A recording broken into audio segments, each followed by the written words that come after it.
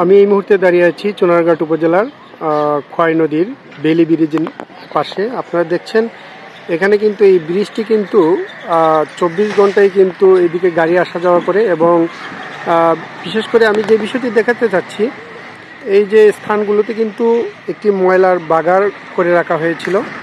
আপনারা দেখছেন এইদিকে কিন্তু পুরোটাই কিন্তু ওই যে সামনে একটি বালুর স্টেক দেখতে পাচ্ছেন, এখানেও কিন্তু ময়লা ছিল, এটি কিন্তু বালু দিয়ে ভরাট করা হয়েছে। এবং আমাদের অনেক নিউজের পরেই কিন্তু এই বালু ফেলা হয়েছে, এবং এই যে স্থানটিতে কিন্তু অনেক ময়লা ছিল, এটার উপর দিয়ে বালু দিয়ে ঢেকে দেওয়া হয়েছে।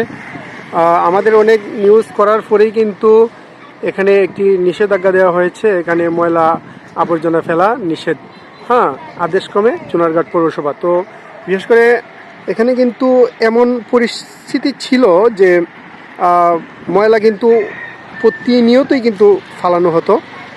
বিশেষ করে এখন কিন্তু আমাদের এই নিউজের পরে কিন্তু এই মুহূর্তে আর ময়লা ফালানো হচ্ছে না, বিভিন্ন জায়গায় এইভাবে নির্দেশনা দিয়ে রেখেছে।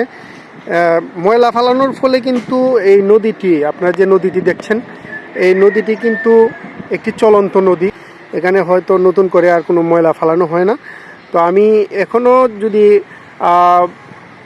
কেউ ময়লা ফালানোর খেয়াল থাকে, আমি একটু অনুরোধ করব যে এখানে আপনারা কেউ ময়লা ফেলবেন না, কারণ হচ্ছে এই আমাদের পরিবেশটা আমরাই রক্ষা করতে হবে। তো আমরা এই সাইনবোর্ডটি দেওয়ার পর লক্ষ্য করছি যে এখানে আর হয়তো ময়লা ফেলানো হচ্ছে না। বিশেষ করে এই দুই দিকে কিন্তু নির্দেশনা দেওয়া হয়েছে যে এখানে ময়লা না ফেলানোর জন্য।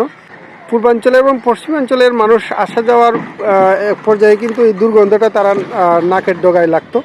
তো আস্তে আস্তে কিন্তু এই দুর্গন্ধ থেকে মুক্তি পেয়েছে পূর্বাঞ্চল এবং পশ্চিমাঞ্চলের মানুষ, এবং এই খোয়াই নদীটিও রক্ষা পেয়েছে একটি এই দূষিত পলিথিন এবং বিভিন্ন আবর্জনা থেকে মুক্ত পেয়েছে, আমরা যতটুকু দেখতে পাচ্ছি।